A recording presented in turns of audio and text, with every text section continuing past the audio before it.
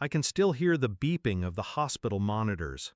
My daughter's face was pale against the white sheets, her hand limp in mine. The surgeon's words echoed in my head like a countdown. We need to operate, soon. The problem wasn't the surgery, it was the money. Insurance would cover some, but not fast enough. I needed a co-signer for the emergency loan, someone to help me bridge the gap. So I called my parents.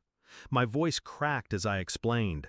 My daughter, their granddaughter, needed them. They hesitated, whispered to each other. Then came the words that shattered everything. We don't want to take that kind of risk. Risk? That's what they called saving a child's life?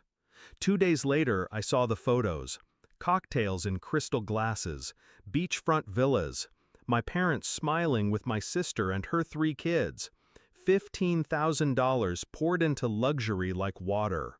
Not for lack of money, not for lack of ability. They simply chose not to help me, not to help her. That was the moment something inside me died. Growing up, I believed in them.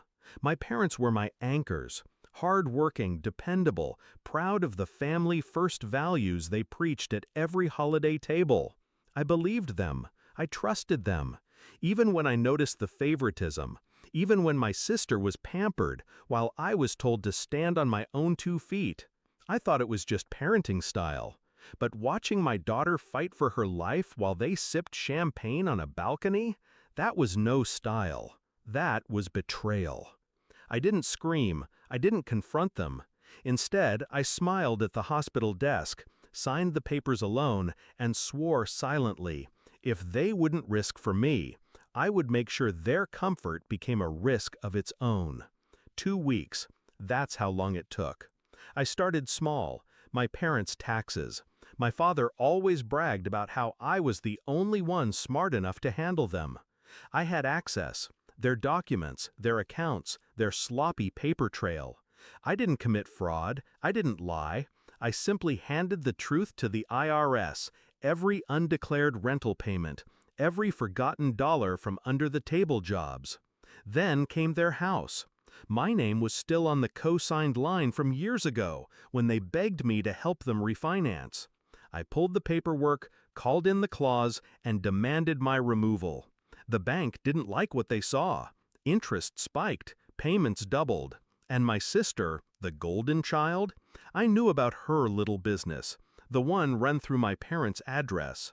A quick tip-off to her clients and a gentle reminder of consumer rights, and suddenly, refunds were being demanded. The business cracked open like an egg. I didn't raise my voice. I didn't throw a single punch. I just pulled one thread after another. And I watched their carefully woven comfort unravel. The calls started pouring in, first angry, then desperate. What did you do? We're drowning here. You're tearing this family apart. No, they tore it apart the moment they weighed my daughter's life against their vacation plans. The confrontation came at my doorstep. My mother stood there, shaking, clutching her handbag like it was armor. My father hung back, silent, eyes bloodshot. "You're punishing us," she whispered. "Do you have any idea what we're going through?" I looked her in the eye, calm, steady. "Do you have any idea what it felt like," I said, "to watch my daughter hooked up to machines, knowing you could help, and hearing you say no?" Her lips trembled. She tried to speak, but nothing came out. "That's what I went through," I continued, "alone. And you call this punishment? No, this is just balance." They left in silence. I closed the door.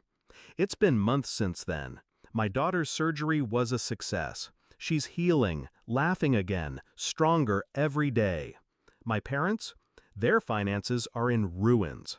My sister moved back in with them, dragging her 3 kids into their collapsing house of cards. They wanted comfort. They got chaos.